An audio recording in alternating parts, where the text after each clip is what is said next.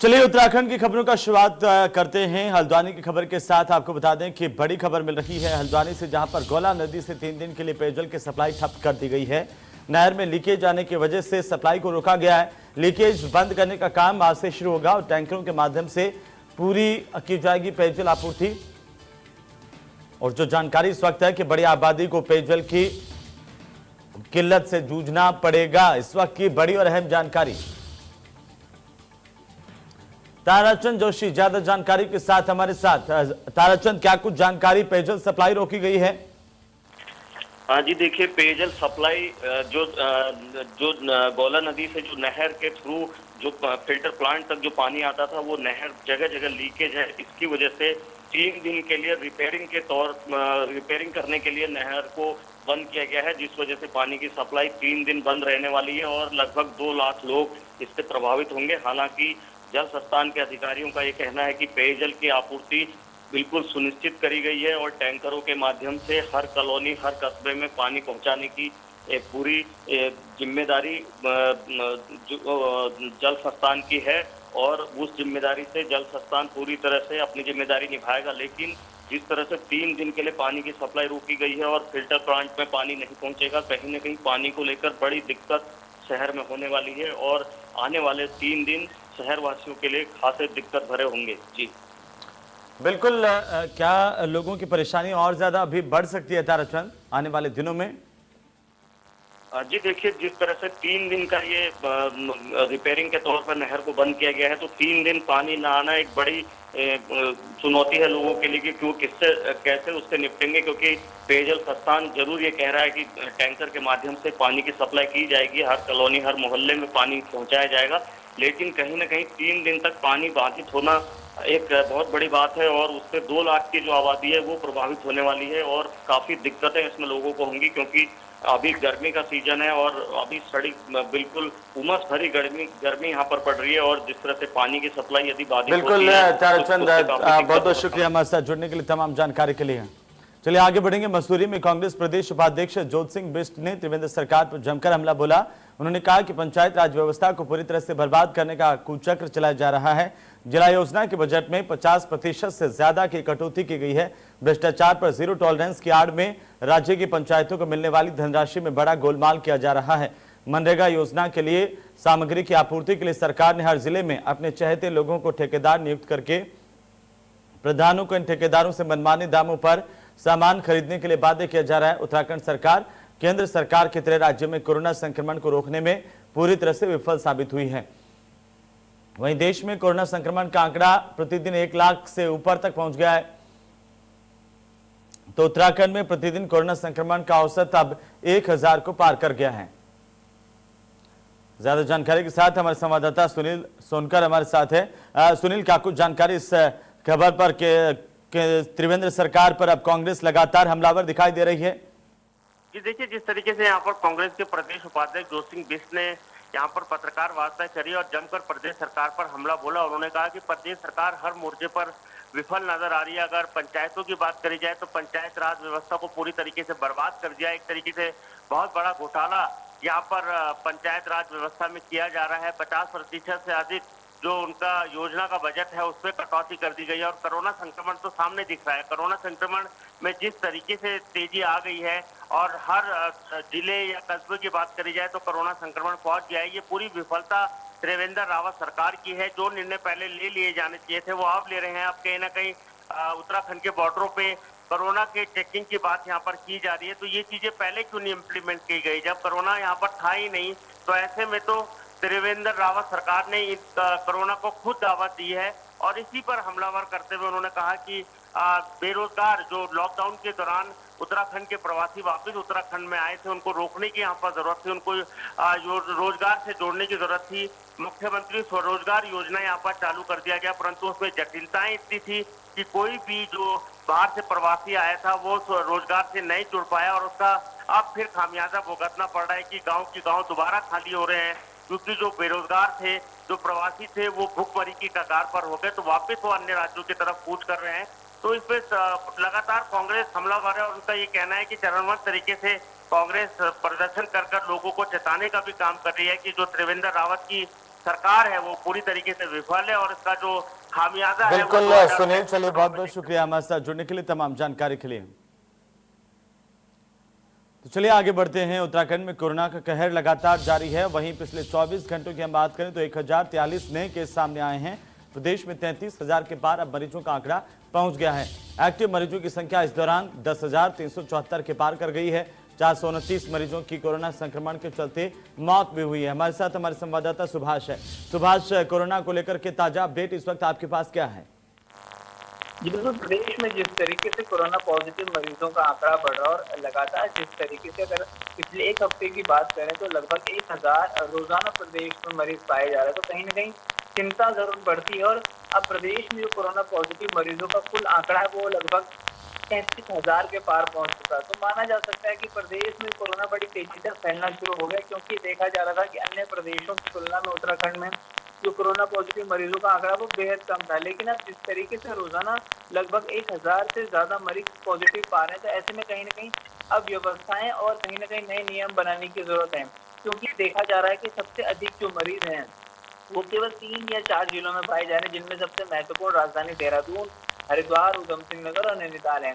यानी कि अगर नैनीताल को छोड़ भी दिया जाए तो जो 3 जिले हैं, चाहे देहरादून हो, हरिद्वार और उधम सिंह नगर, तीनों ही जिले मैदानी क्षेत्र, और ये माना जा सकता है कि मैदानी क्षेत्र में सबसे अधिक कोरोना के जो मामले हैं वो बढ़ रहे हैं। तो ऐसे में कहीं ना कहीं अब जो जिला प्रशासन है मैदानी जिलों का, उनको कहीं ना कहीं सतर्क होने की जरूरत है। कुछ नए नियमावली इन जिलों के लिए बनानी चाहिए, ताकि जिस तरीके से कोरोना का आक्रोश और लगातार देखा जा रहा है कोरोना जिस तरीके से तेजी से इन जिलों में फैल रहा है, उससे कहीं ना कहीं रोकने की अब जरूरत है। क्योंकि यदि नहीं रोका गया तो जो पहाड़ों तक आज तक कोई बीमारी नहीं पहुंची थी, कोरोना वहां तक पहुंचा, लेकिन यदि कोरोना पहाड़ों तक तेजी से फैलता हुआ मिला तो कहीं ना कहीं जो स्वास्थ्य सुविधाएं हैं वो पहाड़ों में उतनी बेहतर नहीं है। तो कहीं ना कहीं सरकार और स्वास्थ्य विभाग की मुसीबतें जरूर यहाँ बढ़ती हुई नजर आ सकती है, यदि पहाड़ों तक कोरोना और तेजी से फैलता हुआ नजर आया तो। जी चलिए बहुत बहुत शुक्रिया सुभाष तमाम जानकारी के लिए। उधर मुख्यमंत्री त्रिवेंद्र सिंह रावत की अध्यक्षता में सचिवालय में मुख्यमंत्री सलाहकार समूह की प्रथम बैठक आयोजित की गई। राज्य में नवाचार को और ज्यादा बढ़ावा देने के लिए उत्तराखंड सरकार ने स्टार्टअप, नवाचार और उद्यमिता पर मुख्यमंत्री सलाहकार समूह स्थापित किया है। राज्य में स्टार्टअप इकोसिस्टम विकसित करने के लिए इस समूह की ओर से नवाचार और उद्यमिता के लिए राज्य में एक अनुकूल पारिस्थितिकी तंत्र विकसित करने, अनुसंधान और नए उत्पादों, सेवाओं, व्यापार मॉडल के विकास को प्रोत्साहित करने, उपयुक्त पॉलिसी योजनाओं और आवश्यक समर्थन प्रणाली को विकसित करने हेतु परामर्श देना है। इसके अलावा पाठ्यक्रम, मॉड्यूल, प्रशिक्षण कार्यशालाओं और क्षमता निर्माण कार्यक्रमों में नवाचार और उद्यमशीलता के बारे में जागरूकता, राष्ट्रीय और अंतर्राष्ट्रीय निकायों और एजेंसियों के साथ आवश्यक साझेदारी हेतु सलाह देना है।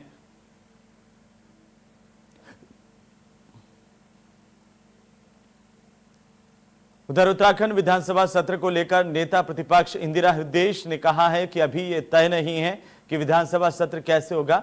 20 सितंबर को जब कार्य मंत्रणा समिति की बैठक होगी उसमें तय किया जाएगा कि विधानसभा सत्र वर्चुअल चलाया जाएगा या फिर सीधे होगा। लेकिन सत्र कैसे भी चले, विपक्ष कोरोना महामारी में राज्य सरकार की व्यवस्था, बेरोजगारी, महंगाई और कर्मचारियों के वेतन के मुद्दे समेत तमाम महत्वपूर्ण मुद्दों पर सरकार से जवाब मांगेगी और सड़क से लेकर के सदन तक इस सरकार की नीतियों का विरोध किया जाएगा। इंदिरा हृदयेश ने कहा कि जनहित के मुद्दों को कांग्रेस ने सड़क पर भी उठाया है और अब सदन में भी सरकार को घेरेंगे, क्योंकि राज्य के हालात दिन प्रतिदिन खराब होते जा रहे हैं। अर्थव्यवस्था से लेकर नौकरी और बेरोजगारी का बड़ा संकट है और यह सरकार कोविड-19 के दौर में रोजगार देने में नाकाम साबित हुई है।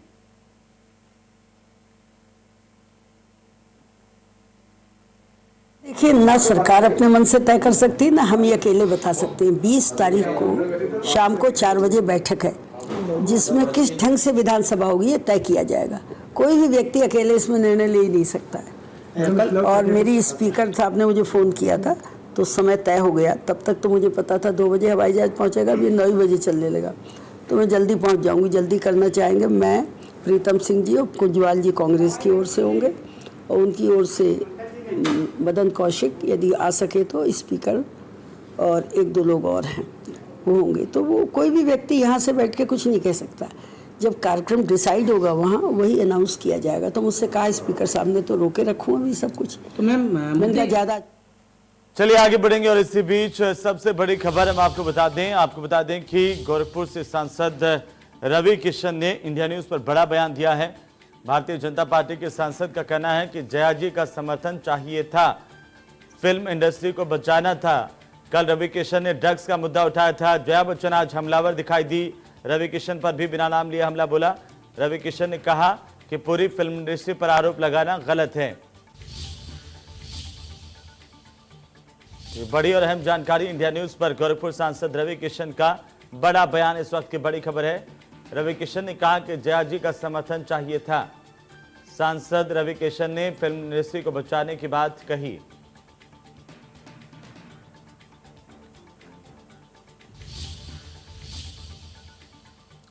तो हमारे संवाददाता ने भारतीय जनता पार्टी के सांसद रवि किशन से खास बातचीत की। उन्होंने क्या कुछ कहा वो आप सुनिए।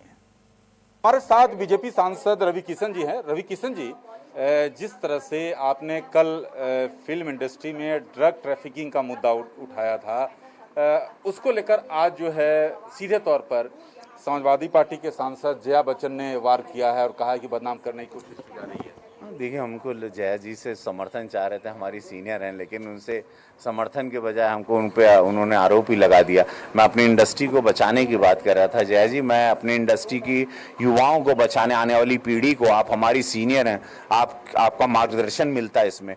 आप भी जानती हैं, आपके ज़माने में सब नहीं था। अगर धुआं निकल रहा है तो कहीं आग होगी।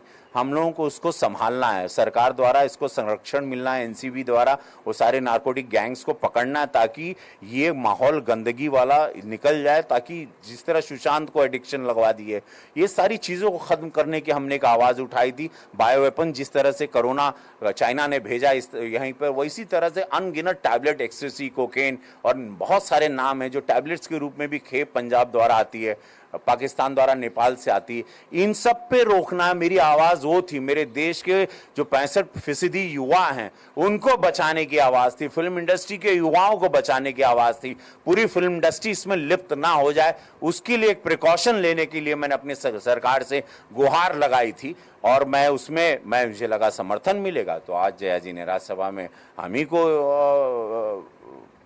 दाग दिया। क्या रवि किशन जी, फिल्मी दुनिया में क्या इतनी जड़ें अंदर तक जा चुकी हैं कि कई लोग इस दलदल में फंसे हुए हैं? कौन कौन से लोग हैं जो कि इसमें पूरी तौर पे इन्वॉल्व? नहीं, पूरी फिल्म इंडस्ट्री नहीं है, ये गलत बात है। कुछ लोग हैं, चुने कुछ लोग हैं, लेकिन अब कौन कौन है ये तो एनसीबी का काम है, ये काम है पुलिस डिपार्टमेंट का। ये मेरा काम नहीं है। मेरा काम है पार्लियामेंट में आवाज उठाना, समस्याओं को सामने रखना देश के, विश्व के, वो मैं अपना काम करूंगा।